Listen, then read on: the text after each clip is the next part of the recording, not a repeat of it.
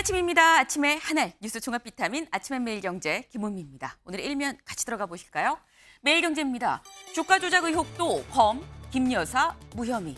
어제 검찰이 도이치모터스 주가 조작 사건과 관련해서 김 여사 기소 여부에 대해서 장장 4시간이 넘게 브리핑을 했습니다. 수사 결과를요.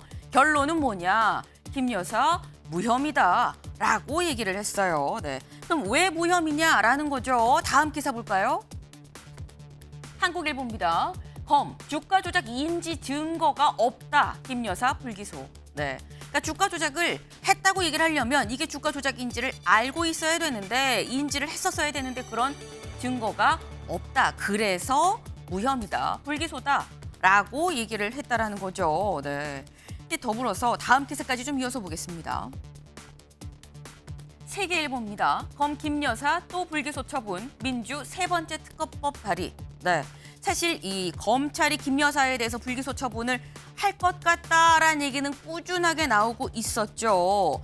그래서 검찰이 아마도 불기소 결정을 할 거다라는 게 예상이 됐었는데 그러다 보니까 민주당도 검찰이 불기소를 발표할 걸로 예상이 됐던 어제 오전에 세 번째 특검법을 발의를 했습니다. 네, 김 여사 관련.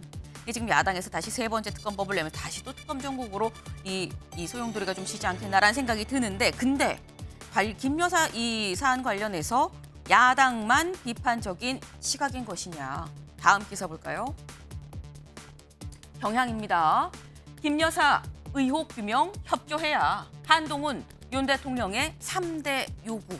네, 어제 이 한동훈 대표가 작심한 듯이 아침 최고위원 회의에서 마이크를 켜고 이렇게 얘기를 했습니다. 의혹 규명에 협조해야 됩니다라고 얘기를 했어요. 이것만 얘기했느냐? 첫째, 둘째, 셋째 이렇게 해야 합니다. 번호까지 붙여가면서 얘기를 했다라는 거죠. 이 얘기도 저희가 잠시 뒤에 좀 대담으로 좀 풀어보겠습니다. 다음 기사 볼까요? 동아일보입니다. 대한민국은 적대고 북한 헌법에 못 박았다입니다. 네. 어제 저희가 이제 저희가 앞서서 북한이 자기들 땅에 있는 경의선, 동해선 이거 보란 듯이 폭파했다라는 소식을 전해드렸었어요. 근데 관련해서 조선중앙통신이 이렇게 보도를 했다라는 거죠. 같이 볼까요? 17일 북한 관영 매체인 조선중앙통신이 그 폭파 사실을 전하면서 대한민국을 철저한 적대 국가로 규제한 공화국 헌법의 요구에 따른 조치다라고 얘기를 했다라는 겁니다. 공화국 헌법, 그러니까 북한 헌법인 거죠. 북한 헌법의 요구에 따른 조치다. 그게 어떻길래? 네, 여기 나와 있습니다. 김정은 북한 국무위원장 1월 한국을 철두철미 제1의 적대국 불변의 주적으로 간주하는 내용을 헌법에 명기하라라고 지시를 했었는데 요 내용을 넣어서 헌법이 개정이 됐구나라는 게 알 수 있는 부분인 거죠. 평창 동계올림픽 때 불과 이 한반도기를 썼던 게 한 5년 전, 6년 전으로 좀 기억을 하는데 그게 굉장히 옛날처럼 좀 느껴집니다. 다음 기사 볼까요? 서울신문입니다. 글로 세상과 연결, 책 속에서 만나고 싶다. 누구의 얘기냐? 한강 작가의 얘기입니다. 밝게 웃고 있는 모습인데요. 여기 좀 꽃도 달려있죠. 한강 작가 사실 그동안 노벨 이 문학상을 타고 난 다음에도 세상이 지금 이렇게 힘들고 어려운데 무슨 기자회견인가요? 라면서 이 거절을 했었습니다. 그런데 모습을 처음으로 드러냈다라는 거죠. 왜? 포니정 혁신상을 수상하러 나왔습니다. 한강 작가의 이 가장 최근 모습이 지금 어제 모습이에요. 가장 최근 모습을 좀 볼 수 있었다라는 건데 이 얘기도 저희가 잠시 뒤에 좀 다뤄보도록 해보겠습니다. 다음 사진 기사 볼까요? 네. 누구지? 네. 바이든이고요. 오바마고요. 클린턴입니다. 네. 세 사람이 다 똑같이 이렇게 하고 지금 어디가 있는 거야? 뭐 보고 있지? 싶은데 지금 다 이 세 사람 보니까 이 존 F 케네디 전 대통령의 제수씨죠. 동생의 아내 에설 케네디의 추도식 자리에 참석을 했다고 합니다. 네, 이 역대 대통령들은 다른 대통령들 제수씨 장례도 다 이렇게 챙기나라고 생각을 하실 수도 있는데 그런 건 아니고요. 사실 이 에설 케네디가 이 본인 자체도 인권재단 만들어서 케네디가의 어떤 큰어른 역할을 해왔었다고 합니다. 그러니까 이 케네디가의 큰어른이 돌아가시니까 관련해서 추도식에 참석을 했다라고 봐야 될 것 같아요. 똑같은 제스처로 무슨 생각을 하고 있나라는 생각이 좀 더불어서 좀 듭니다. 아침의 매일경제 뉴스 종합 비타민 언제나처럼 TV로 좀 크게 보시다가요. 궁금한 점 유튜브 댓글로 남겨주시면 같이 좀 얘기를 해보겠습니다. 오늘 함께해 주실 분들 소개합니다. 안녕하세요. 정색하고 3대 요구안입니다. 기사 같이 보시죠. 윤과 독대 앞두고 기세 잡은 한동훈, 김 여사, 명태균 의혹 설명해야 압박이다라는 겁니다. 아까 잠깐 일면 소개에서 말씀을 드렸죠. 어제 한동훈 대표 작심한 것처럼 아침 최고위원회의에서 마이크 잡고 얘기를 했습니다. 직접 들어보시죠. 선거 현장에서의 말씀은 지금 이대로 가면 너네 다 망한다. 나라 생각해서 너희에게 기회 한번 줄 테니 너희 한번 바꿔봐라. 라는 것이었습니다. 변화와 쇄신하라는 것이었습니다. 저희가 그렇게 하겠습니다. 김건희 여사 관련 일들로 모든 정치 이슈가 덮이는 것이 반복되면서 우리 정부의 개혁 추진들이 국민의 호응을 얻지 못하고 있습니다. 첫째, 김 여사 관련 대통령실 인적 쇄신 반드시 그리고 시급하게 필요합니다. 둘째, 김 여사가 대선 당시 약속한 대로 대화 활동 중단해야 합니다. 셋째, 나아가 제기되는 의혹들에 대해서 솔직하게 설명드리고 의혹을 규명하기 위한 필요한 절차가 있다면 적극적으로 협조해야 합니다. 네, 재보궐선거가 딱 끝나자마자 바로 김 여사 관련해서 용산의 3대 요구안 첫째, 둘째, 셋째라고 하면서 이 3대 요구 사항을 아침 최고위에서 얘기를 지금 했습니다. 조목조목 지금 제시를 했다라고 볼 수 있을 것 같은데 여기서 주목되는 건 저도 좀 조목조목 첫째, 네. 재보선 직후 이 시기 타이밍이라고 좀 볼 수가 있겠죠. 그리고 둘째, 기자가 그동안 김 여사에 대해서 물어보면 답을 했었는데 이번에는 본인이 직접 최고위원회의에서 마이크 켜고 첫째, 둘째, 셋째 이러면서 이제 얘기를 했다라는 겁니다. 그러다 보니까 오늘 이런 기사도 있었어요. 다음 기사 볼까요? 한동훈 김 여사 해법 3대 요구안 지시 용산과 전면전 불사입니다. 네, 신지호 의원님. 네. 전면전입니까? 저게 좀 타이틀을 자극적으로 뽑았는데요. 네. 예, 어제 이렇게 얘기를 했습니다. 한동훈 대표가 변화와 쇄신, 이게 이번 재보궐선거를 통해 나타난 민심의 명령이다. 근데 그 변화와 쇄신을 해야지만 야권의 부당한 헌정 중단 공세를 막을 수가 있다. 그러니까 변화와 쇄신, 그걸로 이제 김건희 여사 문제가 지금 제일 화급한 문제라고 생각해서 1, 2, 3으로 정리를 한 겁니다. 네. 이거는 방편이에요. 이런 방편을 써서 얻고자 하는 것은 뭡니까? 바로 야권의 그 부당한 탄핵 공세 어떻게든지 막아내겠다라는 겁니다. 그러니까 용산과의 전면전이 그게 아니다. 아니에요. 그거는 그쪽으로 가기 위해서 저런 보통은 이제 대통령 권력이 지금 임기 중반이면은 웬만하면 예스 해야 되지만 전체적인 큰 판을 위해서는 그러면 일시적인 불편함도 감수하겠다 그런 얘기죠. 지금 말씀은 야당의 공격이라는 이 큰 목적을 위해서 하나의 방책으로 제시를 한 것뿐이다. 결국 용산과 우리는 같이 이 하나의 공격, 이 야당의 공격을 막자는 하나의 공격에 같은 배를 탔다. 이게 전면전으로 볼 수 있겠느냐? 전면전 아니다라고 지금 말씀을 하셨어요. 근데 일단 대외적으로 보이는 건 전면전 불사하는 거 아니야라고 보여지고 있다는 겁니다. 왜? 이런 우려가 있거든요. 김재원 최고위원 얘기를 좀 들어보고 오시죠. 저는 이 여당 대표가 네. 이런 주장을 함으로써 국민들에게는 마치 보수가 이제 분열해서 서로 틈을 하는 모습으로 비춰지지 않을까 하는 걱정이 있습니다. 네. 자칫 이게 그냥 뭐 당내 갈등이 아니라 보수가 분열하는 상황을 초래할 수도 있는 거 아니냐라는 우려를 지금 얘기를 했습니다. 윤영걸 대표님. 네. 어떻게 보십니까? 저는 뭐 전면전은 아니지만은 결국은 전면전으로 가는 거 아닌가. 지금 어제 얘기한 게 그 한동훈 대표가 여태까지는 기자들의 질문에 대답하는 형식으로 많이 얘기를 했거든요. 그렇죠. 김건희 여사 얘기를 하고 마이크를 또 그 직접 잡은 거는 아닌데 어제는 직접 마이크를 잡고 그 장소가 최고위원회 회의 자리고 더구나 재보선 결과 나온 다음 날 재보선 선거 다음 날 얘기했다는 거에 대해서는 한동훈발 독립선언이다. 아하. 차별화의 시작이다. 그거는 어제 3개 조항을 얘기했는데 내용은 저는 옳은 얘기예요. 네. 하지만은 김건희 여사를 직접 겨냥한 3개거든요.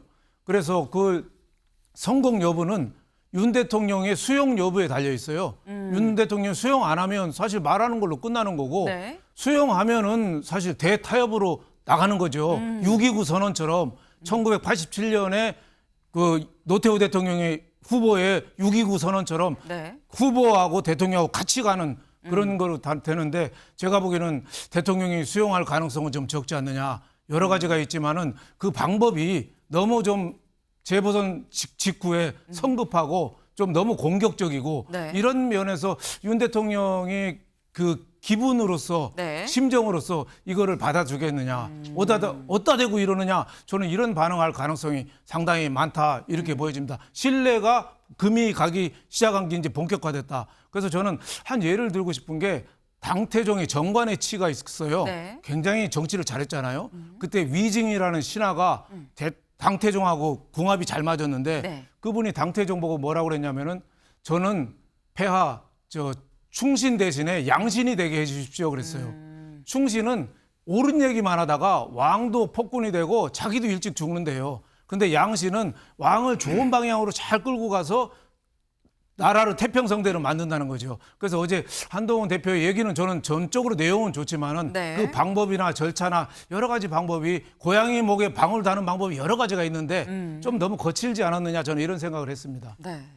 이게 뭐 내용은 좋긴 하지만 방법이나 어떤 이런 부분들이 좀 성급하고 좀 공격적인 부분이 있다. 그러다 보니까 전면전이 아니라고 하지만 결국 결론적으로는 전면전으로 가게 되는 거 아니냐. 아까 말씀이 한동훈발 독립선언이다라는 표현까지 지금 나왔습니다.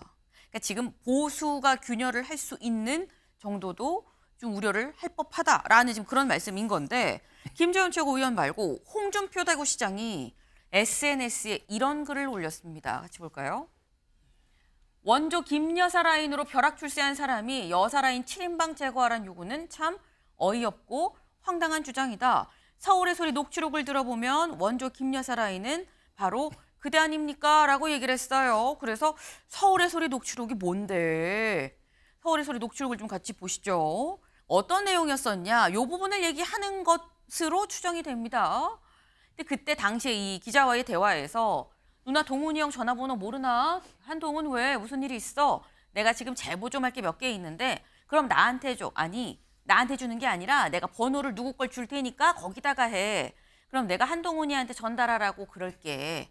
라고 얘기를 했었던 걸 얘기를 하면서 원조 김여사 라인은 그대 아닙니까? 라고 얘기를 했다라는 거죠. 이 부분 임세훈 위원님 어떻게 보세요? 한동훈 대표는 원조 김여사 라인인 겁니까? 아닙니까? 저는 사실 요새 좀 혼란스러워요. 네. 누가 김여사 라인이고 누가 윤석열 대통령 라인이고 뭐 라인인지 좀 혼란스러운 영역이 있습니다. 뉴스 너무 많이 나오고요. 근데 홍준표 대구시장 같은 경우에도요. 지금 명태균 씨가 계속 언급을 하고 있거든요. 그 본인이 사실상 대구시장으로 네. 만들어준 거 아니냐라는 얘기를 했었고 서로 공방이 있었지만 또 홍준표 시장은 거기에 나중에 또 반박을 잘 못합니다. 그리고 홍준표 시장은 어떻게 보면 라이벌이었었고 명태균 씨가 만약 그 여론조사 조작했던 가장 큰 피해자인데도 불구하고 지금 또 이런 얘기를 하는 게 도대체 어디부터 잘못된 건지 사실 잘 모르겠습니다. 그러니까 이게 보수 아까 분열이라고 얘기한 게 아니라 보수의 분열이 아니라 보수가 지금 어디까지 망가지고 있는지를 저희가 처참히 보고 있는 상황인 것 같습니다. 왜냐하면은 보수는 우리가 그동안 갖고 있던 가치가 네.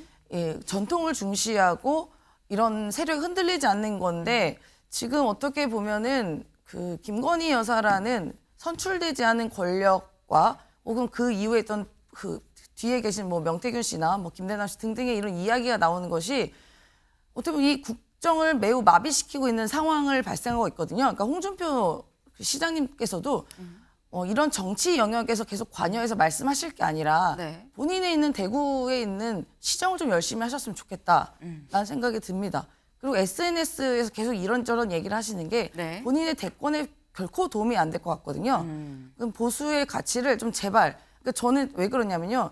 저희는 뭐 진보고 민주당이지만 보수가 흔들리면 민주당도 같이 괴멸될 수도 있어요. 좀 상대가 잘해 같이 잘할 수 있거든요. 네. 그러니까 너무 망가지고 있는 상황이 좀 저도 매우 안타깝습니다. 네. 지금 임세은 의원님은 아니 홍 시장이 지금 뭐 이렇게 얘기를 하는 걸 잘 모르겠다. 그리고 사실 지금 돌아가는 상황 자체가 이게 지금 뭐 어디가 야군이고 저고 이런 느낌 자체가 지금 별로 구분이 안 되는 상황 같다. 약간 그런 취지의 말씀을 지금 하셨습니다. 오늘 매일신문에 대구에 지금 기반을 둔 신문이죠. 매일신문에 홍 시장 한 선무당지 그만 혼란 수습하라. 아까 그 SNS 내용인 거죠. 그러니까 지금 그렇게 이 대통령실 비판하고 얘기할 게 아니다라고 김건희 여사 비판할 게 아니다라고 얘기를 했다라는 건데 최창렬 교수님 어떻게 보십니까? 사실 여기서 선무당짓이라고 얘기를 한다는 건 한동훈 대표가 지금 잘 뭘 모르는 것 같은데 빨리 수습하세요. 인적 쇄신이 웬 말입니까? 당신이 여사라 했는데 이 얘기인 거거든요.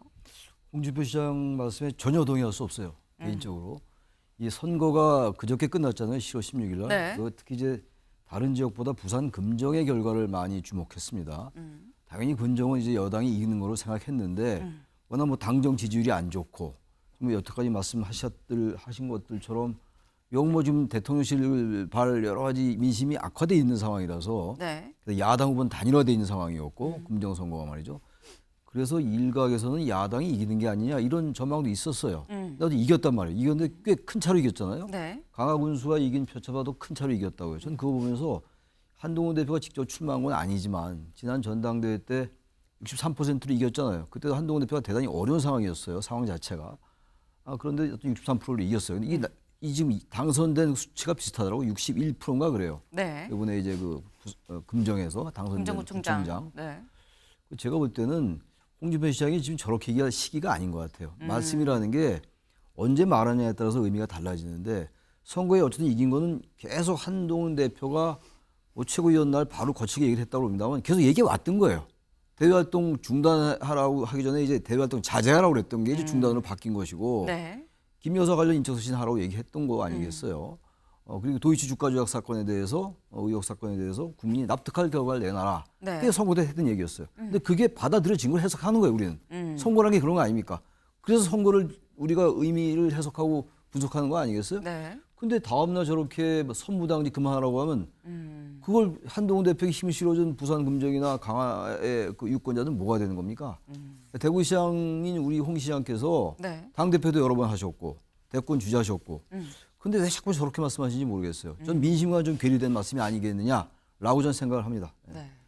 이번 10월 16일에 있었던 재보궐선거에서 금정구청장 압도적으로 이 국민의힘이 이겼는데 그 얘기인즉슨 한동훈 대표의 얘기에 민심이 반응하고 지지한다는 얘기 아니냐. 근데 왜 민심에 역행하는 SNS 글을 올리느냐. 오히려 홍 시장이 좀 자제를 해야 된다라는 그 말씀이에요. 네. 근데 지금 아까 잠깐 얘기 중에 나왔습니다만 지금 뭐 전면전 얘기도 있지만 관건은 이걸 그러면 대통령실에서 한동훈 대표는 첫째, 둘째, 셋째하고 얘기를 했죠. 이걸 대통령실에서 어떻게 받아들이느냐, 뭘 받을 것이냐, 받을 거냐 말 거냐. 이게 사실 진짜 중요한 포인트다라고 아까 말씀을 하셨어요. 그러면 지금 용산 대통령실은 어떠냐? 다음 기사 좀 볼까요? 재보선 다음 날 청구서 날린 한 용산 독대 앞두고 맞대응 자제입니다. 네. 일단 용산에서는 딱히 맞대응을 하지 않고 있습니다. 맞대응을 자제하고 있다. 하지만 자제는 하고 있지만 다음 기사 보시죠. 다음 기사. 네. 대통령실 한 3대 요구에 바로 싸움 걸어온다. 불쾌감. 네. 딱히 직접적으로 대응은 안 하고 있지만 속마음은 이렇더라라는 겁니다. 대통령실은 여기 볼까요? 이날 재보선 다음 날 즉각 한 대표가 김 여사 관련 3대 요구를 밝히자 선거가 끝나자 바로 싸움을 걸어온다며 불쾌해하면서도 입장이 없다며 공식 반응을 내놓지 않았다. 다음 주 초 예정된 윤 대통령과 한 대표의 독대까지 무대응 기조 방침을 유지하기로 한 거다라는 내용입니다. 네. 근데 지금 이게 뭐 단순 불쾌감인 거냐, 뭐 독대까지는 우리가 좀 기분은 좀 나쁘지만 참을 거야. 그 정도 선인 거냐? 다음 기사까지 좀 이어서 보고 얘기를 좀 이어가 보죠. 한이 드라이브 걸어도 용산 침묵, 김 여사 문제 해결 산 넘어 산입니다. 네. 비슷해요. 뭐 자제하고 침묵하고 비슷하긴 한데 6일 좀 보겠습니다. 대통령실 고위 관계자는 조폭도 넘버 2가 넘버 1 등에 칼을 꽂진 않는다라고 했다. 오는 21일 예정된 대통령과의 독대를 앞두고 이제 거듭되는 한 대표의 김 여사를 겨냥한 공격이 선을 넘었다라는 취지다. 다른 관계자는 한 대표가 민심을 오판하고 독대 등 판을 깨려는 건 아닌지 의아하다라고 얘기를 했다는 겁니다. 네, 지금 넘버 2, 넘버 1 뭐 이런 얘기가 지금 나오고 있어요. 신조어 부총장님. 네. 한 대표는 조직에서 나온 겁니까? 아니 그 맞대응을 자제한다고 그렇게 뽑혔는데 저도 그 조선일보의 저 부분을 읽었거든요. 새벽에. 네. 네. 그 맞대응 자제한다면서 저렇게 심한 표현들을 또 하시네. 이렇게 했는데 아니 조폭도 넘버 2가 넘버 1 등에 칼을 꽂고 뭐 그러지는 않는데 어떻게 한동훈은 대통령한테 그러느냐 그 얘기잖아요. 네. 참 저런 인식을 한다는 것 자체가 제 스스로가 좀 참담해집니다. 왠고하면 이게 그런 뭐 사인 대 사인의 관계가 아니잖아요. 네. 공인 대 대통령과 여당 대표의 공인 대 공인의 관계입니다. 그 공사를 지금 혼동을 하고 있는 것 같고요. 인간관계에 있어서도요. 그다음에 이제 한동훈 대표가 너무 거칠게 한다. 뭐 권성동 의원 같은 경우에 아니 그 비공개로 그런 의견 전달하고 뭐 하고 그러지 왜 공개적으로 용산을 압박하는 듯한 언동을 하느냐. 네. 뭐 정치력이 좀 부족하다, 초짜 티가 난다, 뭐 여러 비판들을 주고 계시는데 저희라고 왜 그런 생각을 안 해봤겠습니까? 네. 생각만 한 게 아니라 다 실천을 해봤죠. 네. 조용하게 풀 수 있는 노력을 해봤죠. 예. 이제는 그렇게 해도 풀 수 있는 상황이 아니고 그렇게 시도했지만 잘 되지도 않았고 그래서 공개적인 문제 제기, 공론화를 통한 해결 할 수밖에 없는 상황이다. 이렇게 보고 있는 겁니다. 네. 지금 뭐 조용히 해결할 수 있고 따로 좀 티 안 나게 얘기할 수 있는 건데 그걸 왜 자꾸 공개하느냐라는 어떤 친윤 그리고 대통령실의 이런 얘기에 안 해봤느냐 했는데 안 통하니까 오죽하면 공개적으로 얘기해서 공론화 하는 거 아니겠느냐라고 지금 말씀을 하셨어요. 근데 그러면 신 부총장님. 네.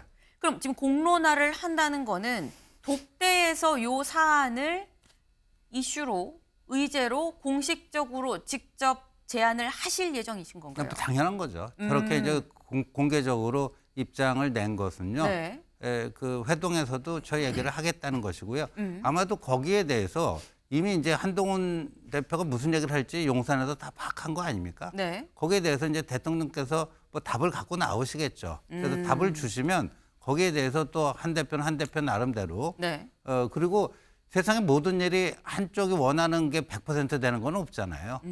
그 속에서 뭔가 의미 있는 결론이 나기를 희망합니다. 그래야 이 성남 민심이 조금 가라앉고 네. 그다음에 저 야당의 그 공세에 대해서도 어느 정도 당내에서 의원들이 그거를 막을 수 있는 그 명분과 논리를 줘야 돼요. 지금처럼 우리 편이니까 지켜달라 이것만 갖고는 이제 안 됩니다.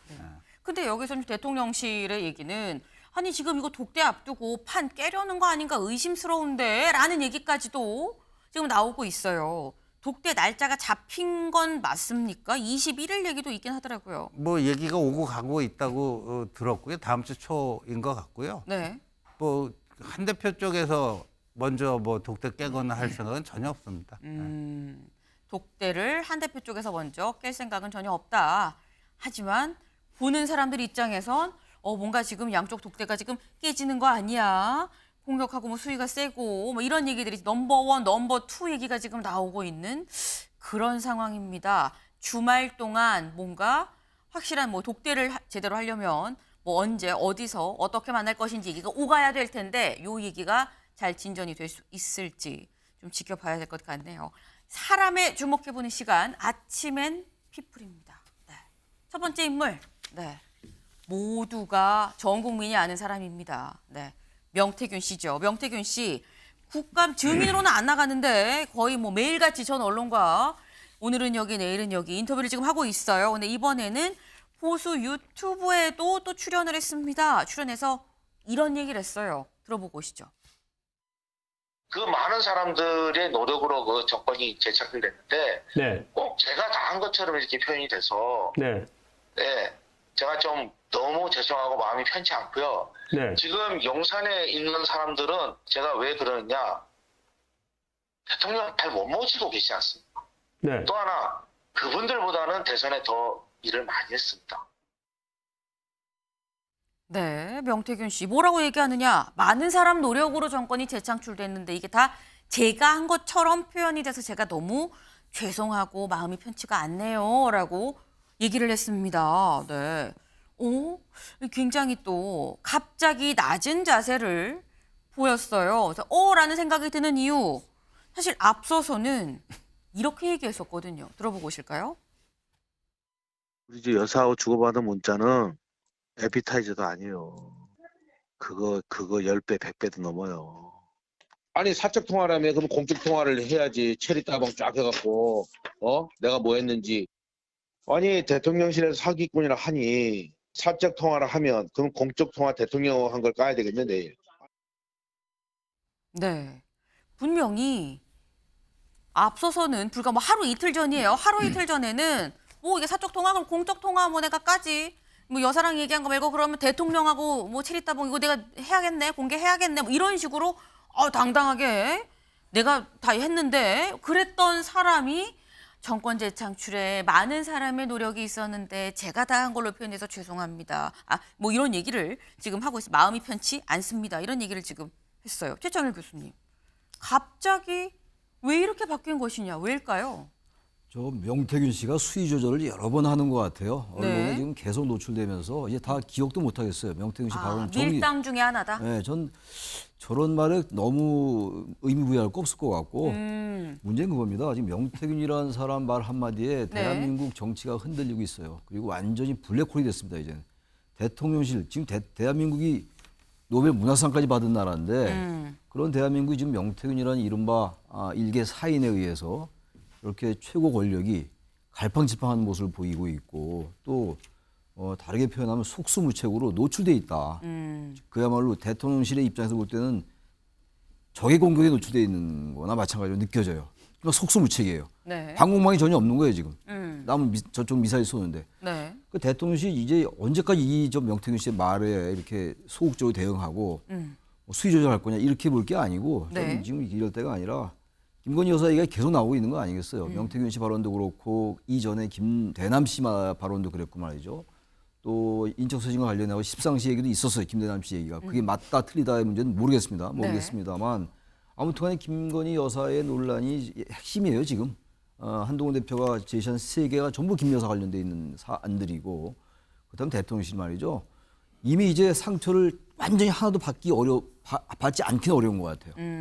상처를 어느 정도 감수하고 네. 선제적으로 먼저 뭔가를 까야 될 것 같아요. 그래야지 불안하지 않겠어요? 불안할 것 같아요. 뭔가 지금 잔뜩 많은 문자도 하고 통화도 한 것 같은데 2,000개 얘기도 하고 200개 얘기하도 그건 완전히 선택적으로 명태균 씨한테 달려있는 거 아니겠어요? 제가 볼 때는 어느 정도의 그 비판을 감수하고 국민들에게 이해를 구하고 대선 전의 일이니까 네. 대선 때 이러이러한 상황이 있었다라고 하는 게 나을 것 같아요. 언제 가지고 속수무책으로 무방비 노출돼 있습니까 권력이? 그럼 명태균 씨는 뭔데 저렇게 맨날 얘기를 하고 저는 이건 대통령실이 생각을 좀 전향적으로 바꿔야 된다고 생각합니다. 네. 지금 말씀은 뭐 갑자기 그 겸손해야 한다고 이게 뭐 큰 의미를 줄 건 아닌 것 같다. 왜? 그동안 명태균 씨가 언론 인터뷰를 하면서 밀고 당기기를 한두 번 한 게 아니다. 그런 차원 아니겠느냐. 태도도 높았다가 낮았다가 그 차원일 수 있다. 중요한 건 이 사람 이 아까 표현에 이 한 사람 말에 정치가 지금 다 흔들리고 있는데 여기에 대해서 대통령실이 뭔가 속수무책으로 지금 당하는 이런 모습을 보여주면 안 된다라는 말씀을 하셨어요. 근데 지금 이 명태균 씨 이런 얘기도 합니다. 겸손, 지금 굉장히 겸손 모드로 지금 들어갔거든요. 겸손 모드로 이런 얘기도 해요. 같이 들어보고 오시죠. 그 윤석열 대통령이 되는데 어떻든 작전을 짜고 도와드리고 네. 지금은 기분이 어떻습니까? 두 분, 네 분이 명절날 선물을 보내주세요. 네. 처음에 너무 기뻐서 그 선물을 해갖고 추석에 아버지 그 제사 차례 올리는데 올렸습니다. 두 번째 선물이 올 때 세 번째, 네 번째 이렇게 선물이 왔는데요. 네. 그 선물을 포장지를 뜯을 수가 없었습니다. 너무 고맙고 보내줘서. 두 번째로는 대통령 여사가 너무 힘든 어떤 국정 운영을 하고 계시고 네. 또 제가 도와드리지 못해서 너무 미안한 마음에 그 김영선 의원을 도와줬는데 그 도와줬던 분들한테 한 개씩 3개를 나눠드렸어요. 네. 지금 얘기를 지금 들어보면 보통 뭐 대통령실에서 명절 때 대통령실에서 이 선물을 보내곤 하죠. 근데 거기에 뭐 주로 뭐 먹는 것들입니다. 뭐 쌀도 있고요. 뭐 어떤 지역 특산물 이런 것들이 좀 들어있는데 그걸 받았다라는 얘기를 지금 하고 있는 것 같아요. 근데 네, 너무너무 고마워서 한 번은 우리 아버지 제사상에 올리고 다른 거는 뜯지도 못하고 잘 갖고 있다가 내가 진짜 고마워했던 사람들한테 하나씩 줬다라고 얘기를 하는데 임세영 의원님. 임 의원님도 대통령실 근무를 하셨었잖아요. 네. 근데 보면은 이 명절 선물은 그냥 이렇게 뭐 지인들 굉장히 많이 좀 배포가 되지 않습니까? 근데 이게 너무 고마워서 갖고 있다가 어떤 감사한 사람한테 3개, 4개 이렇게 줬다고 얘기하는 건 이거는 친분 관계가 어떻다는 거야? 라는 생각도 다시 들어요. 그러니까 모르겠어요. 지금 정부는 어떨지 모르겠는데 일단 대통령 추석 명절 선물 등등은 한 번 보낸 다음엔 중복으로는 잘 안 갑니다. 네. 그러니까 이렇게 필터링을 약간 해요. 근데 뭐 2번째, 3번째, 4번째까지 받으셨다는 것은 그만큼 대통령실에서 좀 각별하게 생각하고 있는 건 아닌가라는 것을 하나의 명절에 받은 건지 여러 명절에 걸쳐서 받은 걸 계속 안 뜯고 갖고 있다가 한 건지는 네. 모르겠어요. 그러니까 지금 말씀하신 걸 들어보면 설, 추석 이렇게 중복해서 한 4개 받으신 것 같아요. 네. 근데 그렇게 중복이 거의 없습니다. 웬만한 거는 없어요. 그러니까 각별한 사이인다라는 게 이제 다시 한번 느껴지고요. 또 하나의 포인트는 지금 아마 지금 보수 유튜버의 인터뷰를 한 걸로 보이는데요. 저 똑같은 얘기를 그 이른바 약간 진보 유튜버에서 똑같이 했었지만 의미는 굉장히 다르게 얘기했습니다. 어떻게 해요? 첫 번째 받은 건 똑같은데요. 네. 2번째, 3번째, 4번째는 그게 너무 고맙고 눈물 나서라고 했지만 그 당시 다른 인터뷰에서는요. 지금 국정 운영을 너무 못해가지고 도저히 내가 뜯기가 싫었다고 얘기를 합니다. 아하. 예, 그래서 지금 제가 좀 의아한 지점이 약간 있었거든요. 네. 그러니까 뭐 어느 순간마다 말씀이 어떻게 달라지는 건지는 모르겠습니다만 확실한 것은 명태균 씨와 대통령실 혹은 뭐 김건희 여사일 수도 있고요. 관계는 돈독했다라는 것이 느껴지는 지점이 분명히 있는 것 같고요. 지금 어떤 면에서 틀어졌는지 왜 다시 회복했는지 어느 지점에서 그러는 건지는 확인을 해봐야겠습니다만 안타까운 일인 것이죠. 왜냐하면 지금 명태균 씨 같은 경우는 지금 어떠한 권한이 없는 사람 아닙니까? 그 권한이 지금 제가 말씀드린 거는 지금 어떤 지위가 있지 않고 그 당시에 대통령을 도왔을 때 지위가 없던 분이 왜 이렇게 아직까지도 연결이 돼서 흔들리고 있냐. 근데 그게 왜 국정 운영이 이렇게 마비될 정도로 이렇게 어지럽히냐. 이거는 사실 국정 농락에 가까운 수준 아니냐. 그럼 결국 불행한 것은 거의 국민입니다. 지금 국민 해결될 일이 너무 많은데 지금 이 논란을 계속 이어나가는 거 맞냐라는 그런 안타까움이 있는 지점인 것이죠. 이건 대통령실에서요. 철저하게 알아보든가 뭐 색출을 하든가 뭔가 해야 되는 조치가 필요하지 이렇게 애매모호하게 지나가면 안 되는 영역 같습니다. 네. 네. 지금 말씀은 뭐 어쨌거나 선물을 명절마다 한 4번의 명절에 걸쳐서 받았다고 하면 그거는 친분이 분명히 있다는 것 같다. 다만 선물을 뜯지 않은 거에 대해서 다른 데 가서는 너무 국정 운영을 못해서 꼴 보기 싫어서 안 뜯었다라고 얘기하더니 여기에 와서는 또 네, 너무 감사해서 차마 뜯지도 못했다라고 말이 좀 다르네라는 점도 같이 좀 지적을 해주셨어요. 근데 처음에 명태균 씨가 이렇게 뭔가 폭로를 좀 시작을 하게 된 어떤 게 김재원 최고위원 얘기를 하면서 당신 때문에 지금 보수 다 망할 거야 라고 하면서 다 이렇게 공개를 했었죠. 근데 요즘 김재원 최고위원이 인터뷰를 언론 인터뷰를 원래 굉장히 많이 하시는 분인데 언론 인터뷰를 잘 안 하고 있습니다. 근데 어제 SNS에 이런 글을 올렸어요. 비공개 최고회의에서 명태균 씨 문제와 관련해서 이런 얘기를 했다. 인질극을 벌이면 자극 않는 게 원칙 아니냐. 선의의 제3자 피해를 막기 위해서 당분간 대응을 좀 자제하겠다라고 비공개 최고위에서 얘기를 했다라는 겁니다. 그럼 지금 뭔가 막 분노해서 막 저돌적으로 질주하던 명태균 씨가 태도를 바꾼 게 혹시 윤영걸 대표님, 네. 김재원 최고위원이 자극하지 않아서 약간 캄다운되고 있는 걸까요?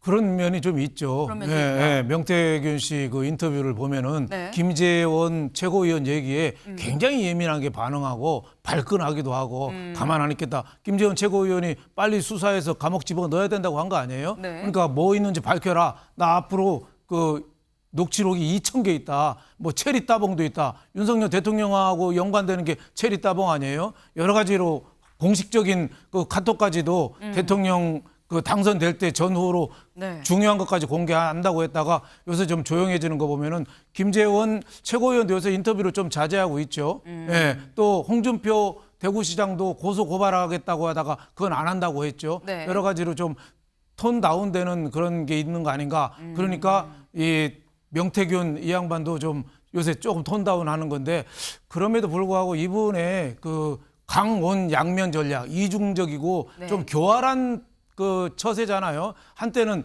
선물 받은 게 아까워서 제사상에까지 올렸다는 거는 누구 높은 사람하고 악수해서 그 손 씻기가 너무 아까워서 세수도 안 했다는 그런 뜻하고 거의 비슷한 건데 네. 저런 처신들을 우리 검찰에서 왜 가만 놔두는지 모르겠어요.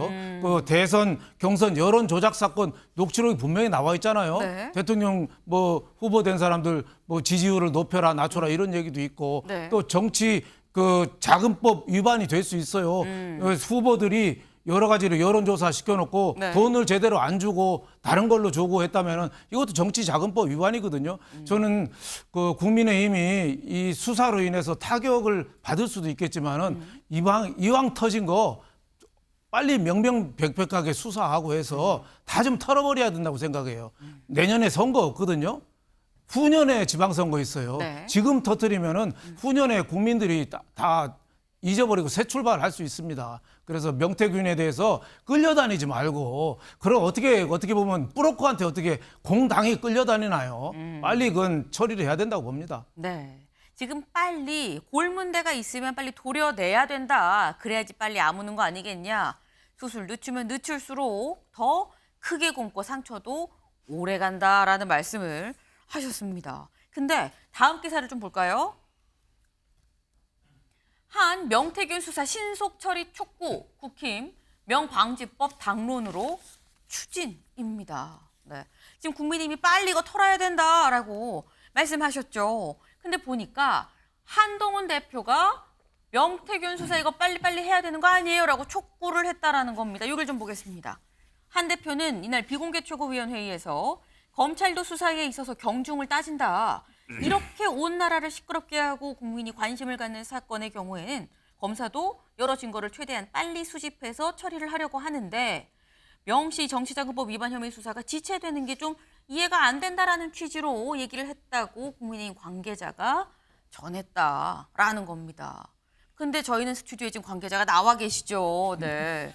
이지호 부총장님. 네. 최고위원회의 들어가시잖아요. 이런 네. 취지의 얘기를 한동훈 대표가 한 게 맞습니까? 저 비슷한 취지의 얘기를 한 건 맞습니다. 근데 지금 얘기는 이거 빨리 수사해야 되는데 왜 안 되는 거야? 라는 취지의 얘기였다라는 건데 추가적으로 이럴 땐 이렇게 해야 되는 거 아닙니까? 왜냐면 검사 생활을 했잖아요. 한 네. 대표가. 그런 얘기는 안 하셨어요. 그러나 이제 뭐 한동훈 대표도 저 사건에 직접 뭐 개입하고 있는 게 아니기 때문에 수사 진행 상황을 정확히 모르죠. 모르는 상태지만 이게 벌써 이제 수사에 착수한 지가 꽤 오래되고 그러는데 네. 처분이 너무 늦어지는 거 아니냐. 그런 이제 일반론을 얘기한 거고 네. 이제 공개 회의에서는요. 이른바 명태균 방지법이라고도 나오는데 저게 이제 거꾸로 얘기하면 김어준 방지법도 되거든요. 보면 이 부상금정 사전투표하는 날 이른 아침에 네. 이른바 뭐 여론조사 꽃에서 한 최신 여론조사다 해서 민주당의 김경지 후보가 뭐 3몇 %, 저희 당의 윤희룡 후보를 앞서고 있다. 이거를 사전투표 하는 날 그렇게 그걸 했어요. 네. 그런데 결과적으로 22% 이기지 않았습니까? 그러니까 김어준 표 여론조사는 25%가 틀린 거예요. 그 오차가 25%가 되는 거죠. 그게 단순히 엉터리라고만 치부할 수 있는지 아니면 어떤 의도를 가지고 여론을 조사한 게 아니라 여론을 조성하기 위해서 여론 조작용 조사를 한 게 아니냐. 뭐 이렇게 봤으면 명태균 씨도 마찬가지고요. 그러니까 여론조사 가지고 장난치는 자들은 여의도에서 추방하겠다. 그 얘기입니다. 네.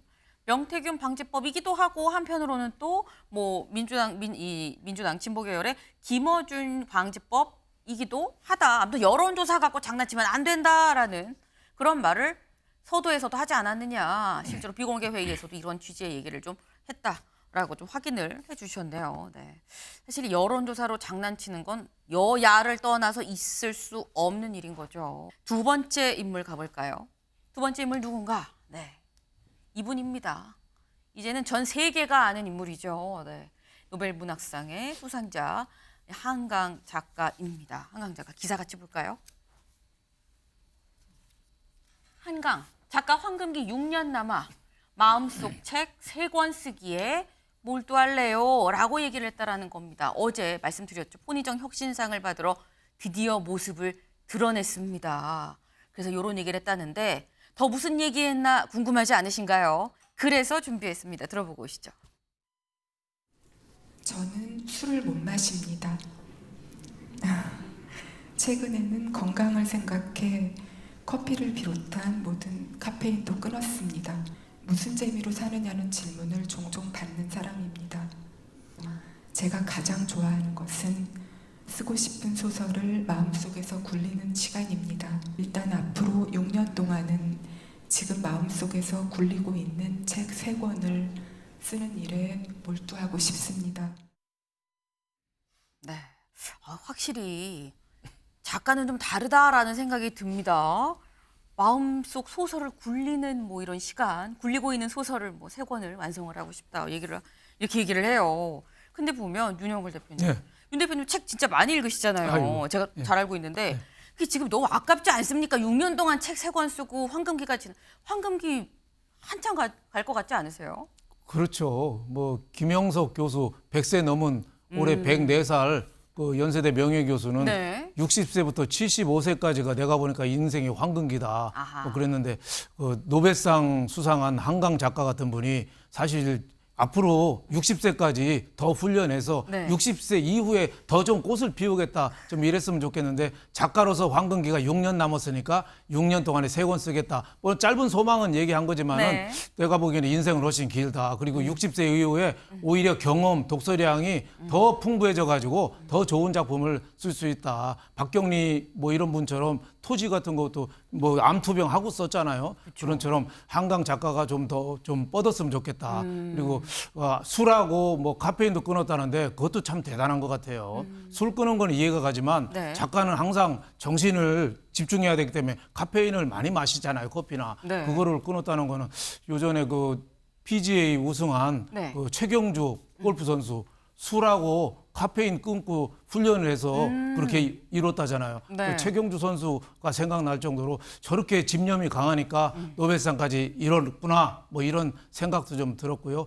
많은 국민들이 그 한강 작가에 대해서 뭐 4.3이라든지 5.18에 대해서 조금 편향된 시각을 가졌다고 좀 불편해하시는 분이 있는데 네. 한강 작가가 쓴 거는 다큐멘터리가 아니라 픽션 소설입니다. 소설이라는 문학 작품을 그대로 좀 순수하게 받아주어서 우리 한강이라는 작가 노벨상 수상을 우리가 온 국민이 좀 축하해주고 박수 쳐주는 그런 계기가 되었으면 합니다. 네.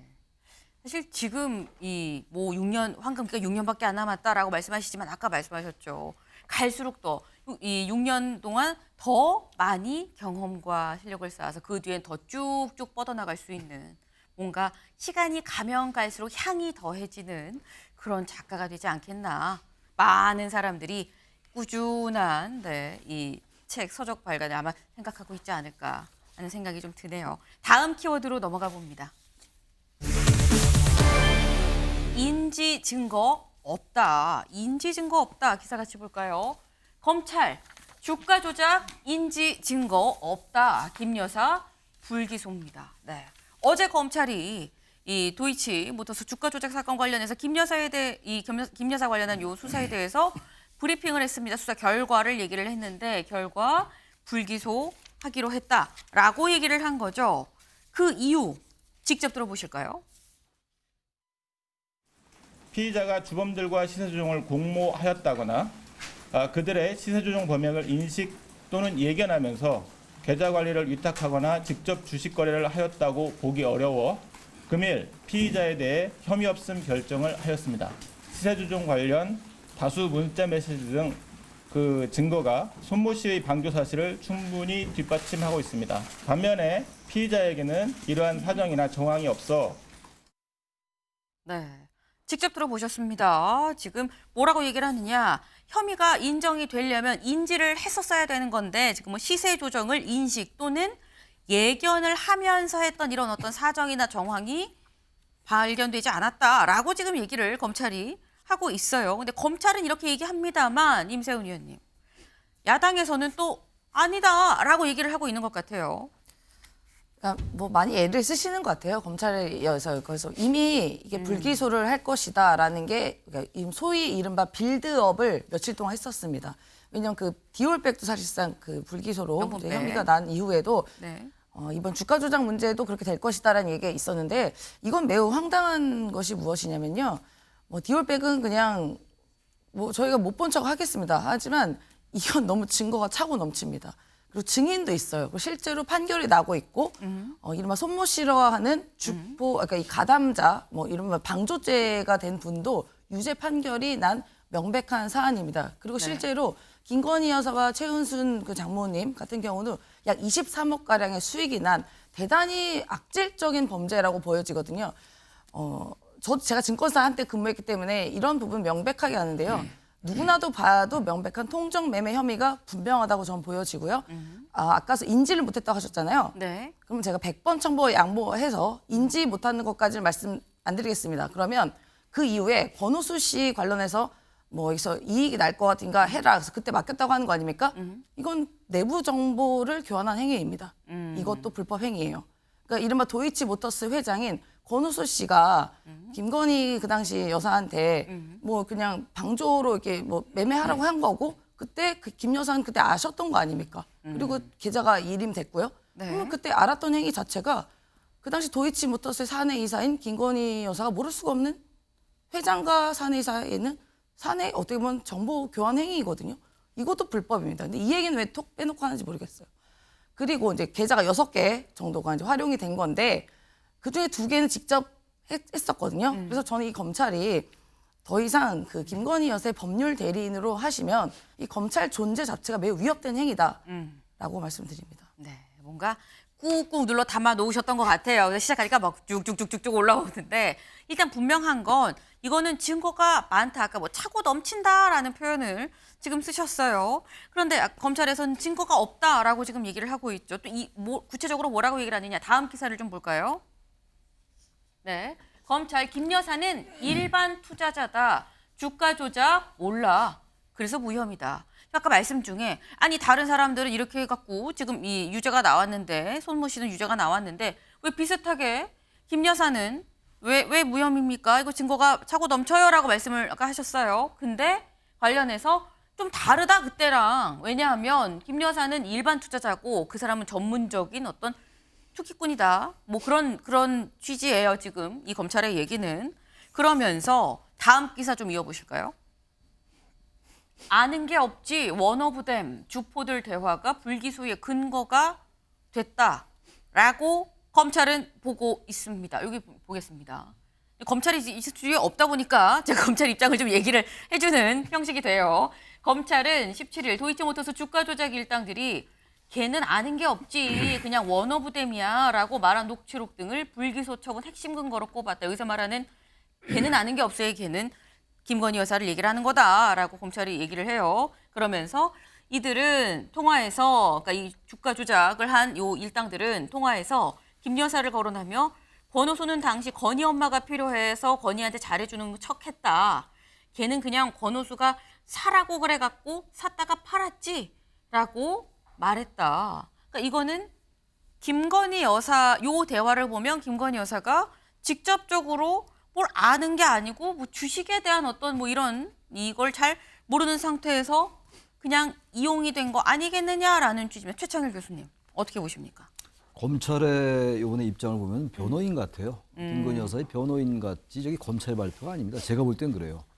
저는 법률가가 아니기 때문에 검찰 수사에서 조목조목 반박은 못하겠습니다만 여러 가지 정황들이 또 있어요. 김건희 여사가 관련돼 있을 수 있다는 증거들이 많이 있다고요. 아까 뭐 임세은 위원장 말씀했습니다만 일단은 수사가 본격화한 시점이 있어요. 그때 주가 조작 핵심 인물과 일주일에 여러 번 통화도 하고 문자도 나누고 이랬던 것도 있고 그러니까 그런 것들에 대한 의심이 있는 거예요 지금.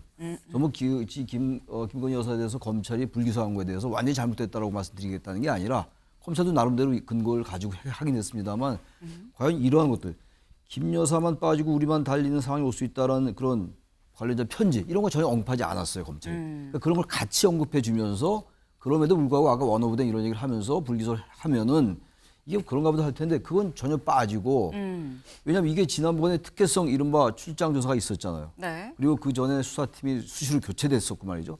이런 여러 가지를 국민들이 다 기억하고 있다고요. 그래서 아마 한동훈 대표가 이 사건에 대해서 이 조작 사건의 의혹 사건에 대해서는 네. 뭔가 국민이 납득할 만한 결과를 내놔야 된다고 얘기했던 것 같아요. 근데 과연 이제 저런 부분들이 국민들이 납득할 수 있을까요? 문제입니다. 향후 이제 이 여론이 어떻게 조성되느냐의 문제예요. 이건 뭐 각자 보는 관점 따라 다르니까 법률가도 네. 다르겠죠. 저는 그래서 이 부분이 아무튼 간에 야당은 저렇게 보고 있기 때문에 민주당으로 하여금 더 이제 특검의 명분을 높이고 있다라는 생각이 들고 그래서 모르겠어요. 앞으로 여론조사 결과가 어떻게 나올지 모르겠습니다만 저 부분이 오히려 여론을 악화시키지 않을까 그런 걸 좀 같이 봐야 될 것 같아요. 근데 검찰이 어쨌든 간에 객관적으로 볼 때 검찰이 뭔가 수사 결과를 발표하는 게 아니라 김건희 여사의 변호인 같은 느낌이 들었다. 제가 그 말씀드립니다. 네. 지금 말씀은 검찰이 사실 논란이 되고 있는 부분들이 있는데 논란이 되는 부분에서 이 기소를 해야 된다는 증거로 볼 수 있는 부분에 대한 설명은 별로 없는 상태에서 아닌 설명만 좀 집중적으로 한 거 아니냐. 이렇게 되면은 뭐 대변을 한다는 거냐. 약간 이런 취지로 지금 말씀을 하셨어요. 근데 지금 이 말씀을 지금 들어보면 검찰에서 아까 뭐 빌드업이란 표현도 지금 나왔습니다만 원래 불기소라는 결정을 내려놓고 뭔가 좀 이렇게 만들어가고 있는 거 아니냐. 뭐 이런 취지의 지금 말씀이에요. 근데 그래서 지금 이 사안과 관련해서 논란들이 있습니다. 표를 좀 같이 볼까요? 네, 이겁니다. 김건희 여사 혐의에 대한 검찰의 판단 그리고 여기에 대해서 약간 이의를 제기하는 듯한 논란이 있는 부분들인 거죠. 보겠습니다. 검찰의 판단은 주가 조작 공모 부분에 대해서 김 여사의 계좌가 범행에 사용이 됐다. 근데 아까 나온 얘기 가담했거나 시세 조종을 인식해서 계좌를 일임했다는 증거나 정황은 없다. 그리고 주가 조작 이 선수들 이른바 그 선수들과 직접적으로 연락한 증거도 없다. 그래서 무혐의다라고 지금 본다는 거예요. 근데 이런 반박이 있을 수 있다는 거죠. 전체 범행의 47%가 김 여사 계좌로 이루어진 거 아니냐. 재판에서 공개된 통화 녹음 파일을 보면 이거 시세 조종 알고 있었던 것 같은데 왜 그 부분은 더 자세히 안 본 거냐라는 논란이 또 일고 있습니다. 그리고 이거는 공모 부분인 거고요. 지금 방조 부분. 알고도 일단 뭐 아무것도 안 했지만 알고는 있었던 거 아니냐라는 뭐 이런 부분인 거죠. 전문 투자자 손모 씨랑 달리 김 여사는 일반 투자자다. 전문가가 아니다. 그래서 김 여사에 대해서는 이 관련자들이 다 인정하지 않았다. 이 사건에 관련된 사람들이 김 여사는 아닙니다라고 얘기를 했다라는 거죠. 마찬가지로 선수들과 직접 연락한 증거가 없지 않느냐. 그래서 무혐의다라고 검찰은 얘기를 해요. 그런데 여기에 대한 논란, 김 여사가 솜씨보다 투자액도 많고 이득도 많다라고 얘기를 하는 거죠. 지금 이 현재 뭐 이 금액이 약간 뭐 중복될 수는 있긴 합니다만 김 여사가 한 13억 9천 정도 그리고 장모 이 최모 씨가 한 게 9억 정도의 이득이 났다. 그럼 이 이득 자체도 너무 큰 거 아니야? 이런 얘기가 있다라는 겁니다. 그리고 손 씨만 방조 혐의로 기소한 건 뭔가 봐주기 수사 아니야라는 지적이 나올 수 있다라는 게 또 반박하는 입장의 논리예요. 네, 윤영걸 대표님. 예. 어떻게 보십니까? 통정 매매라는 게 기준이 참 애매합니다. 주가 조작이라는 게 제가 뭐 신문사에서 증권부장도 하고 증권 기자도 했습니다만은 네. 판결이 왔다 갔다 하고 증거가 없어요. 그래서 이번에도 14년 전의 일이거든요. 네. 별로 딱 혐의점이 나타난 게 없어요. 혐의점 있었으면은 그때 문재인 정권 때 그때 굉장히 수사를 세게 했잖아요. 그 문재인 정권 측근 검찰들 통해 가지고 그때도 혐의 나온 게 없어요. 그래서 14년 전 윤 대통령하고 결혼 전에 있었던 일이고 너무 오래된 일이고 수사가 이미 끝난 거고 다만 이제 4년 6개월이나 검찰이 이걸 들고 끌었어요. 그러다 보니까 자꾸 의심이 커진 거죠. 윤석열 정부 들어와서 빨리 손을 털었으면 되는데 너무 끌다가 네. 오히려 의심을 좀 증폭한 그런 측면이 있거든요. 그래서 저는 이걸 재판에 기소한다고 해서 유죄 날 가능성은 저는 별로 없다. 그래서 불기소한 거는 잘한 것 같은데 지금 법률의 영역에서 정치의 영역으로 이게 넘어왔습니다. 너무 오래 끌다가 디올 빼가고 해서 정치 국민의 관심이 돼버렸어요. 네. 그래서 저는 한동훈 대표하고 윤석열 대통령이 다음 주 독대할 때 여기에 대해서 6.29 선언 같은 거 준비해야 돼요. 예를 들면은 네. 객관적이고 중립적인 특검을 우리가 구성해서 먼저 제안하는 거예요. 그러면은 저 민주당이 어떡할까요? 지금 민주당 특검은 자기네들이 특검 임명하고 북치고 장구치고 다 하는 거예요. 이건 특검이 아닙니다. 정말 객관적이고 공정한 특검 한동훈 대표랑 윤석열 대통령이 저는 합의해서 하면은 저는 제2의 6.29 선언이 될 수 있다고 봅니다. 지금 이 사안에 대해서 뭐 사실 이 통정매매라는 것 자체가 잡아내기가 쉽지가 않은 사안이기 때문에 불기소했다는 검찰의 얘기도 뭐 이해는 할 수 있다 하지만 이 사안 자체가 이젠 정치 영역으로 지금 들어와 버렸다. 그렇기 때문에 앞으로 다음 주 초로 지금 얘기가 되고 있는 윤 대통령과 한동훈 대표의 독대로 뭔가 정치적으로 뭔가 이 사안을 이제는 좀 수습을 좀 해야 되는 거 아니겠느냐라는 말씀을 하셨어요. 근데 지금 말씀하신 그 독대 당사자 2명 중에 1명 한동훈 대표가 다음 기사 볼까요? 이렇게 얘기를 했죠. 한 불기소 국민 납득할지 봐야 야당 심우정 이창수 탄핵. 네. 한동훈 대표가 이렇게 얘기를 했다라는 겁니다. 요 도이치모터스 사건 관련해서 한 대표의 얘기 들어보고 오시죠. 외부에서 수사 기록을 다 알 수 없으니 뭐라고 판단하기는 어렵습니다만 오늘 검찰의 설명이 국민이 납득하실 수 있을 정도인지 지켜볼 필요가 있다라고 생각합니다.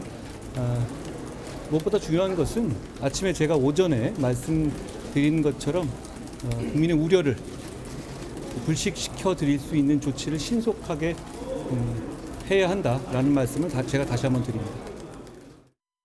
네. 내가 수사 기록을 다 못 봐서 뭐라고 말하긴 좀 어렵지만 하지만 국민이 납득하실진 좀 지켜봐야겠죠 라고 지금 얘기를 했습니다. 근데 그러면 신조호 부총장님. 네. 한동훈 대표 얘기를 지금 들어보면 뭐 맞습니다. 아닙니다. 검찰 잘못했습니다. 뭐 이렇게 얘기를 하진 않았어요. 뭐 국민이 납득하실지 지켜봐요. 왜냐하면 사실 앞서서 말씀하신 게 국민이 납득하실 만한 결과를 내야 된다라고 말을 했기 때문에 이 말씀을 하신 걸로 생각은 되는데 요 얘기만 지금 들으면 검찰 불기소는 약간 좀 잘못됐다고 생각을 하는 건가? 이쪽은 좀 더 기운 건가라는 생각이 들기도 합니다.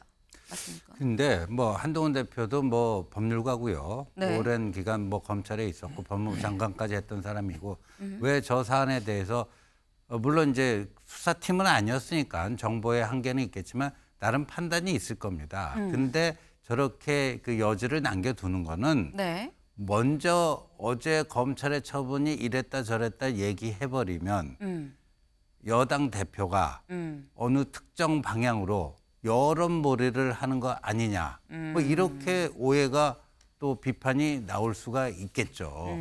그래서 어제 저 처분에 대해서는 네. 법조인들 내에서도 여러 의견이 전 나올 거라고 봅니다. 네. 그다음에 일반 국민들이 저 손모 씨와의 어떤 형평성에서 봤을 때 이게 과연 납득이 갈 수 있겠는가 뭐 이런 것들이 이제 반응이 나올 거고요.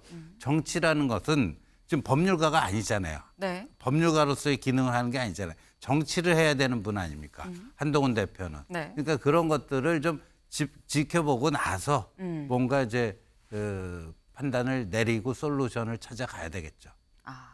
지금 말씀은 한동훈 대표도 자기 생각이 있기야 있을 것이고 그리고 이제 완곡하게 말씀을 하셨습니다만 뭔가 검찰의 이번 기소 결과 그것에 국민이 납득할까라는 데 좀 퀘스천 마크가 있긴 있지만 그렇다고 공개적으로 말할 수 있는 위치도 상황도 아니다. 좀 지켜보는 거다. 그래서라고 말씀을 하셨어요. 근데 또 요 말씀을 좀 들어보면 윤영걸 대표님. 예. 근데 그러면 국민 여론을 지켜보다가 국민 여론이 이거 아니지 않아요라는 얘기가 만약에 더 커진다고 하면 한동훈 대표가 추가적으로 김건희 여사 때처럼 뭔가 더 구체적인 얘기를 공개적으로 하는 건가라는 생각도 그럼 듭니다. 지금 그럴 가능성이 상당히 있죠. 상당하다. 상당히 있죠. 그동안에 그 재보선 국면에서도 거의 네. 매일 얘기했잖아요. 얘기할 가능성이 상당히 있죠. 네. 그 디올백은 받았는데 법 처벌 규정이 없어서 그건 불기소. 네. 이번에는 돈이 김건희 여사하고 모친하고 해서 한국거래소 집계하면은 23억 차익이 났어요. 차익이 났는데 이건 불기소. 다 불기소하면은 아무것도 다 빠져나가는 거 아니냐. 국민들은 자초지종을 세세하게 모르거든요. 법 규정을. 그러니까 제가 아까 말씀드린 거로 법률의 영역에서 정치의 영역으로 넘어갔다. 저는 김건희 여사가 여기 재판하면 저는 무죄될 가능성이 크다고 저 개인적으로는 봐요. 네. 그렇기 때문에 아까도 특검을 얘기한 게 먼저 좀 선제적으로 좀 나가는 게 어떻겠냐 이런 생각이 좀 들어요. 민주당에서는 이거 계속 이거 갖고 공세 버틸 거고 국민들은 이제 김건희 여사 얘기만 나오면 이제 피로 현상에다가 아유 저런 게 또 이 도이치 모터스 하면은 어떻게 보면 이제 고개를 흔들 정도가 됐거든요. 그만큼 국민 여론이 자꾸 나빠지니까 먼저 좀 선제적인 조치를 취하는 게 좀 좋지 않겠느냐. 그리고 대통령을 위해서나 국민의힘을 위해서 그게 바람직하다고 저는 보여집니다. 네.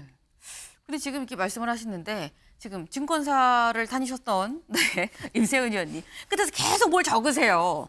이제 처음에 위에서부터 적으시다가 이제 밑에까지 내려왔어요. 네. 뭘 적으신 거예요? 말씀해 보시죠. 그 종이가 밑에 있어가지고 밑으로 내려간 거고요. 이게 자꾸 이제 이게 정치의 영역이 아니라요. 이거 네. 진짜 법률의 영역이어가지고 제가 답답해가지고 이렇게 얘기를 드린 게 그러니까 통정매매에 대한 현황은 이미 엑셀 파일도 존재하고 실제로 이제 뭐 7초 후에 매도하는 3,300원에 12시에 뭐 만나요. 7초 후에 3,300원. 네? 그런 정황도 있고 통화 기록도 있어요. 그리고 엑셀 파일도 존재합니다. 김건희 여사 6개 계좌에 언제 몇 시에 얼마에 몇 주 계좌 번호까지 나오는 파일이 있기 때문에 이건 정치의 영역이 아니라 지금 법률적으로 그리고 어떻게 보면 그 증권거래법이나 등등 영역으로 대단히 불법적인 게 많거든요. 그래서 좀 답답한 지점이 있었고요. 사실상 이상매매 행위들이 계속해서 관측이 됐고 그 관련된 분들의 증언과 증거들이 있는데 이게 정치 영역으로 가는 분야가 아니라서 좀 답답한 마음이 좀 적었던 부분이 있습니다. 그러니까 납득할 수 있는 좀 해명이 있어야 되고 실제로 수사 과정도 매우 불투명했고 여사님이 가신 게 아니라 검찰님이 직접 오셔서 이른바 출장 수사라는 그 희대일을 있었지 않겠습니까? 그러니까 국민이 납득할 수 있는 그 얘기를 했다고 한동훈 대표가 얘기하셨는데요. 국민이 납득할 수 있는 것은 법률가이시기 때문에 너무 잘 아시지 않겠어요? 그 당시 수사지휘권 박탈이 됐었습니다. 그러니까 문재인 대통령 때죠. 그러니까 그때 검찰총장, 윤석열 검찰총장 때. 네. 근데 한동훈 대표가 검찰총장 때 여러 가지 수사 경위를 봤을 때 그때는 왜 수사지휘권 박탈 안 했습니까? 박탈을 이렇게 해제를 안 했습니까? 법무부 장관 때. 네, 법무부 장관 시절에. 네. 그러니까 그런 부분도 사실 이제 와서 말씀을 국민의 눈높이 얘기하시는 게 그때와 지금 좀 다르다라는 말씀도 좀 드리고 싶습니다. 네. 지금 내가 보기에는 여기도 안 맞고 여기도 안 맞고 여기도 안 맞다. 지금 조목조목 지금 말씀 그걸 되게 적고 계셨던 걸로 이제 보입니다. 근데 그러면서 이게 지금 공통적으로 좀 말씀하시는 게 정치의 영역으로 지금 넘어온 상태다. 왜냐하면 검찰은 이미 무혐의다, 불기소다라고 얘기 때문에 정치적 영역으로 넘어왔다라고 공통적으로 좀 말씀을 하셨는데 최창일 교수님. 정치의 영역으로 넘어와서 지금 해주신 말씀은 결국 윤 대통령과 한동훈 대표 두 사람이서 이 사안을 해결을 해야 된다라는 건데 사실 두 사람이 지금 뭐 독대도 혹시 깨지는 거 아니야라는 얘기가 나올 만큼 분위기는 사실 살벌하긴 합니다. 저는 아까도 말씀드렸습니다만 국민이 납득할 결과를 내놔야 된다는 얘기를 했어요. 선거 때 이번 보궐선거 기간 중에. 네. 그래서 저는 어떻게 그 말을 해석했냐면 만약에 검찰이 불기소를 하면 특검법 막을 명분 없다. 라고 저는 해석을 했어요. 민주당에게 물론 특검을 할 명분은 당연히 높아질 것이고 네. 한동훈 대표는 어쨌든 그걸 방어해야 되는 입장이잖아요. 여당 대표니까. 그러나 만약에 국민이 납득하지 못한 결과가 나오면 이건 나도 방어하기 어렵다. 지난번에 내표 이탈표 나왔잖아요. 그런 상황이 진전될 수 있는 상황을 얘기했다고 좀 봐요. 그러니까 지금 한동훈 대표가 정치인이기 때문에 말을 대단히 아끼는 것 같은데 네. 법률가로서 아까도 말씀하셨습니다만 법률가로서 하면 생각이 있을 거예요. 제가 볼 때 그런데 이건 완전히 정치 영역으로 보기도 어려워요. 제가 볼 때. 왜냐 아까 동아일보에 자세히 나왔잖아요. 이 근거. 논란들. 불기소할 수 있는 근거, 기소할 수 있는 근거 양쪽이 나왔어요. 이거는 검찰이 이럴 때는 기소를 함으로써 특검을 막을 수가 있다고요. 특검을 막음으로써 오히려 기소를 해서 나중에 무죄 나오게 하면 되는 거 아니겠어요? 근데 이게 아무튼 정치 영역과 법치 영역이 같이 맞물려 있습니다. 이 사안은. 정치만 있는 것도 아니고 법치만 있는 것도 아니에요. 지금 같이 네. 맞물려 있는 상황이고 지금 어쨌든 김건희 여사의 가장 핵심적인 쟁점 중에 하나입니다. 이건 그래서 아까 우리 윤영호 대표도 말씀하셨습니다만 특검을 선제적으로 받는 수밖에 없어요. 그 대신 조항을 좀 줄여서 그게 이제 해병대원 제3자 추천하고 비슷한 맥락이거든요. 이건 전혀 다른 사건이지만 그래야지 이걸 막지 제가 볼 때 여론은 그렇게 좋게 형성될 것 같지 않아요. 저는 이거는 단순히 정치의 영역만은 아니다라고 생각을 합니다. 이게 좀 단순히 정치의 영역만으로 볼 것도 아니다. 이렇기 때문에 이제 특검법은 더 힘을 받게 되지 않겠느냐라는 말씀을 주셨습니다. 저희가 준비한 소식 오늘 여기까지입니다. 오늘도 좋은 하루 보내세요.